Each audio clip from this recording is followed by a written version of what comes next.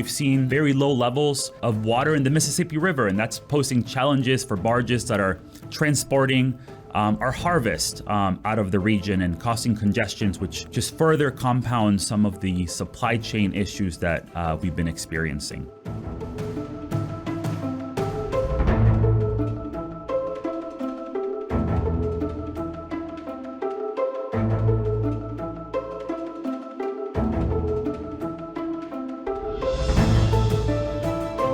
We're looking at food prices increasing 13% compared to last year. On average, 16 cents out of every dollar that's spent on food can be tied back to the farm.